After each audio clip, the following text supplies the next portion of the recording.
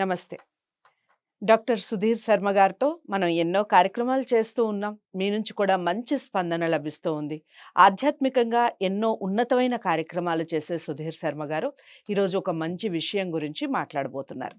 అది ఏమిటి? ఎందుకు? దానికి సంబంధించిన పూర్తి వివరాలు గురువుగారి మాటల్లోనే విందాం. దానికన్నా ముందు మీరు చేయాల్సింది ఇలాంటి కార్యక్రమాలు ఆధ్యాత్మికమైనటువంటి ఇటువంటి కార్యక్రమాలు మీరు గురువుగారి ద్వారా తెలుసుకోవాలనుకుంటున్నారు. ఈ విషయాలన్నీ కామెంట్ బాక్స్‌లో తప్పకుండా తెలియచేయండి. చేసిన ప్రతి వీడియోని ఫస్ట్ నుంచి లాస్ట్ వరకు చూసే ప్రయత్నం చేయండి. మధ్యలో చూసినా, స్కిప్ చేసినా విషయం అర్థం కాదు. ఇక ఈరోజు తీసుకునే ప్రశ్న తల్లిదండ్రులకి సంబంధించింది. తప్పకుండా ప్రతి తల్లిదండ్రులు, ప్రతి పిల్లలు చూడవలసిన వీడియో ఇది. తప్పకుండా చూడండి. నమస్కారం గురువుగారు. శ్రీమాత్రే నమః. శ్రీ గురుభ్యో నమః. గురువుగారు అంటే తల్లిదండ్రులు మాక్సిమం ఎవరు శాపనార్థాలు పెట్టరు. కానీ అనుకోకుండా వాళ్ళు చేసే అల్లరి పనుల ద్వారా కానీ, చెప్పిన మాట వినకపోతే కూడా, ఇలాగే చేస్తే నాశనం అయిపోతావురా! లేకపోతే ఇలాంటివి మాట్లాడుతూ ఉంటారు. అవును. ఇలా తల్లిదండ్రులు పెట్టిన శాపనార్థాలు పిల్లలకసలు తగులుతాయంటారా? తగిలితే ఏ స్థాయిలో తగులుతాయి? ఆ పిల్లలు ఏ విధంగా ఉంటారు? చెప్పండి. మంచి ప్రశ్నమ్మా. అంటే ఇప్పుడు భవిష్యత్ తరాలకి, ఇప్పుడున్న తరానికి కావాల్సినటువంటి హ్మ్. చక్కటి ప్రశ్న, చక్కటి విషయం కూడా. హ్మ్. మన వేద శాస్త్రాల్లో, వేదాల్లో ఏం చెప్తుంది అంటే, నగాయత్ర్యాః పరం మంత్రం నమాతుః పరదైవతం అని చెప్పి చెప్తూ ఉంది. హ్మ్. అంటే హ్మ్. గాయత్రి మంత్రానికి మించినటువంటి మంత్రం లేదు, తల్లికి మించినటువంటి దైవం లేదు. హ్మ్. అంతేకాకుండా మనం ప్రతి సంవత్సరం వినాయక చవితికి చేస్తూ ఉంటాం. హ్మ్. దాంట్లో కథ వింటూ ఉంటాం. సుబ్రహ్మణ్యేశ్వర స్వామి వారు వాయువేగంగా అన్ని నదుల్లో స్నానం చేసి వస్తున్నారు. కానీ హ్మ్. వినాయకుడు మాత్రం తల్లిదండ్రులకే ప్రదక్షిణం చేస్తే అన్ని అవును. నదుల్లో ఆయన కనపడుతూ ఆ నదుల్లో స్నానం చేస్తున్నటువంటి ఫలితాన్ని పొందుతున్నారు అని చెప్పి హ్మ్. మనం చెబుతున్నాం. హ్మ్. అంటే అంత పరమ పవిత్రమైనటువంటి స్థానం తల్లిదండ్రులది. హ్మ్. ఇక్కడ ఎక్కువగా మరి ఎందుకో తెలియదు గానీ తండ్రిని ఎప్పుడు వెనకేస్తూనే ఉంటారు. అంటే హ్మ్. వెనక పడే ఉంటాడు తండ్రి హ్మ్. స్థానం ఎప్పుడు హ్మ్. కూడా. కానీ తండ్రి స్థానం కూడా చాలా గొప్ప స్థానం. హ్మ్. శాస్త్రాల్లో కానివ్వండి, మామూలుగా మనం మాట్లాడుతున్న వాటిల్లో కూడా మొట్టమొదటిగా అమ్మ, నాన్న అంటాం గానీ, నాన్న, అమ్మ అని పిలవం. అవును. అవునా? తల్లి, తండ్రి, గురువు, దైవం. దైవం అని చెబుతుంటాం. అంటే ప్రతి ఒక్క దాంట్లో కూడాను స్త్రీలకి ఒక ప్రత్యేకమైనటువంటి స్థానం. స్థానాన్నిచ్చారు. హ్మ్. అలానే ఈ తల్లిదండ్రులు చెప్పిన మాట వినకపోతే చిన్నప్పటి నుంచి చూడండి మనం ఏదన్నా తుండ్ర పని చేసిన హ్మ్. పిల్లలు, హ్మ్. "నీ దుంప దెగ, నీ హ్మ్. దుంప పిలకయ్య" అని తిడుతూ ఉంటారు. అవును. అది మనం తిట్టనుకుంటాం. చాలా హ్మ్. మందికి తెలీదు. హ్మ్. తిట్లనుకుంటారు. హ్మ్. ఇక్కడ దుంప అంటే అజ్ఞానము అని అర్థం. హ్మ్. నీ దుంప తెగ అంటే నీ అజ్ఞానం పోవుగాక. పోవుగాక. అది ఒక ఆశీర్వచనం. ఓకే. తిట్టు ఓకే. కాదు. హ్మ్. హ్మ్. అవి నిజంగా మనకి తెలీదు. హ్మ్. నన్ను తిట్టింది అమ్మమ్మ, నాయనమ్మ తిట్టింది, అమ్మ తిట్టింది. ఇట్లా మనం భావిస్తూ ఉంటాం అవును. చిన్నప్పుడు పిల్లలు తెలియక. అనుకుంటూ దానికి ఉంటారు. పరిపూర్ణమైనటువంటి అర్థం ఏమిటి అంటే దుంప అంటే అజ్ఞానము. హ్మ్. ఈ అజ్ఞానం వెళ్ళిపోయి వాడు జ్ఞానవంతుడు కావాలని వాళ్ళ ఆశీర్వచనం అది. రైట్. అలా చిన్నప్పుడు చేస్తూ ఉంటాం. పెద్దయిన తర్వాత కూడా పిల్లలు కొంతమంది తల్లిదండ్రుల మాట వినరు. హ్మ్. అంటే ఇప్పుడున్న జనరేషన్ ముఖ్యంగా హ్మ్. ప్రపంచంలో ఉండేటువంటి ప్రతి విషయం మాకే తెలుసు. మీరు ఇప్పటి జనరేషన్ కాదు, పాత తరం వాళ్ళు మీకేం తెలియదు. హ్మ్. మీరు నోరు మూసుకొని ఉండండి. మేము చేస్తాం. మేము చూస్తాం. అవును. ఇదే రకమైనటువంటి శైలి అంటే చాలామంది నా దగ్గరకొస్తుంటారు జ్యోతిష్యానికి వాటికి వచ్చినప్పుడు హ్మ్. కూడా, హ్మ్. మా పిల్లలు మా మాట వింటలేదండి. హ్మ్. ఈ ఈ రకమైనటువంటి సమస్యలు ఎక్కువగా ఉన్నాయి. ఇలాంటి సమయంలో కూడా తల్లిదండ్రులు నిజంగా చాలా ఓర్పుతో ఉంటారమ్మా. హ్మ్. తల్లికి స్త్రీ కాబట్టి భూదేవంత ఓర్పు ఉంటుంది. తండ్రి బయట సంపాదించి, కష్టపడి, నానా కష్టాలు పడుతూ, పిల్లల్ని సాకుతూ, వాళ్ళకి కావాల్సినటువంటి విద్య కావాల్సినటువంటి ధనం, వస్త్రాలు, వాళ్ళకి కావాల్సిన బట్టలు గానివ్వండి, వాళ్ళ అవసరాలు కానివ్వండి, ఇవన్నీ తీర్చడానికి కష్టపడి ధనం సంపాదించి ఇంటికొచ్చేసరికి కూడా, అరే! వీళ్ళ కోసం నేను సంపాదిస్తున్నాను, వీళ్ళు నా మాట వింటల్లేదు అనేటువంటి ఒక అసంతృప్తి ఏదైతే ఉంటుందో, దాన్ని కూడా మనసులో అణిచివేసుకొని, పిల్లవాడిని మంచిగానే దగ్గర తీసుకొని చెప్పాలి అనేటువంటి ఒక తాపత్రయంతోనే తల్లిదండ్రులు ఇద్దరు కూడా చెప్తుంటారు. తల్లి హ్మ్. అంటే ఇప్పుడంటే అందరూ ఉద్యోగాలు చేస్తున్నారు ఓకే. హ్మ్. కానీ తల్లి ఎక్కువ సేపు పిల్లలతో గడిపేది ఎవరంటే తల్లే. హ్మ్. తండ్రి ఎప్పుడో రాత్రికో సాయంత్రం సమయానికో వస్తాడు. వాళ్ళొచ్చే సమయానికి వీళ్ళుండరు, వీళ్ళొచ్చే సమయానికి వాళ్ళుండరు. హ్మ్. కానీ ఎక్కువ సమయం గడిపేది తల్లి. హ్మ్. ఈ తల్లిదండ్రులని వీళ్ళేం చేస్తున్నారంటే విసుక్కోవడం అనేది ఎక్కువైపోయింది. దీనివల్ల వాళ్ళు మనస్సు కలత చెందినా కూడా హ్మ్. తప్పనిసరిగా మన పిల్లలు తప్పు చేస్తున్నారు. మన పిల్లలే కదా! మనం హ్మ్. చెప్పుకుందాం, సర్ది చెప్పుకుందాం అని ప్రతిసారి వాళ్ళు చెప్తున్నారు. అలాంటివి కాకుండా ఎవరైతే జ్యోతిష్యం చెప్తూ ఉంటారో వాళ్ళు చెప్తే వాళ్ళకి ఏదో ఒక రివర్స్‌లో చెప్తున్నారు. ఒక కక్ష సాధింపుగా మాట్లాడడం ఉమ్, మొదలు పెడుతున్నారు పిల్లలు. ఉమ్, ఉమ్, అలా కాకుండా జ్యోతిష్యం తెలిసిన వాళ్ళ దగ్గరకో, డాక్టర్స్ దగ్గరకో తీసుకెళ్ళి, పెద్దవాళ్ళ దగ్గరకో తీసుకెళ్ళి, ఇలా కాదురా నాయన ఇలా ఉంది, నీ ఫ్రెండ్స్ ఇలా ఉన్నారు, వీళ్ళ వల్ల నువ్వు చెడిపోతున్నావు, ఇట్లాంటి అలవాట్లు ఉండకూడదు అని చెప్పి చెప్పిస్తూ ఉన్నారు. అవును. అది కూడా ఏంటి ప్రేమే. ఉమ్, ఉమ్, వాళ్ళు చెప్పొచ్చు. వాళ్ళు చెప్తే ఇంట్లో వాళ్ళే చెప్తున్నారు కదా! రొటీన్‌గా చెప్తున్నారు. చెప్పినా వాళ్ళు వినరు గదా!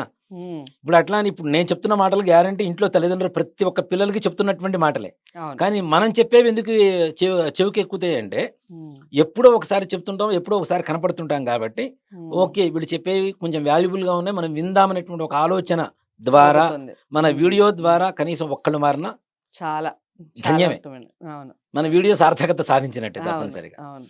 కాబట్టి ఇట్లాంటి పరిస్థితుల్లో తల్లిదండ్రులు తిడుతూ ఉంటారు. ఉమ్, దీంట్లో ముఖ్యంగా దేని గురించి చెప్పాలంటే పితృశాపం, స్త్రీ శాపం అని చెప్పి జ్యోతిష్యంలో 2 రకాలుంటాయి ఓకే. తప్పనిసరిగా. ఉమ్, దేనికి అంటే మన పూర్వీకుల వల్ల ఆడవాళ్ళు హింసించబడటం కానీ, ఉమ్, మగవాళ్ళు ఆత్మహత్యలు, ఉమ్, హత్యలు ఉమ్, ఇలాంటి కారణాల వల్ల చనిపోయి ఉండడం వల్ల కానీ, ఉమ్, అంతేకాకుండా చనిపోయినటువంటి వాళ్ళకి పితృశ్రాద్ధం అనేది తప్పనిసరిగా ఉంటుంది. మనం ఉమ్, పితృదేవతలు అంటాం. చనిపోయిన వాళ్ళని దేవతలు అంటాం. అవును. అంటే దేవుడితో సమానం. ఉమ్, ఉమ్, అంతేకాకుండా బ్రతుకున్నప్పుడు కూడా దేవుళ్ళతో సమానంగా చూసేవాళ్ళు ముగ్గురు.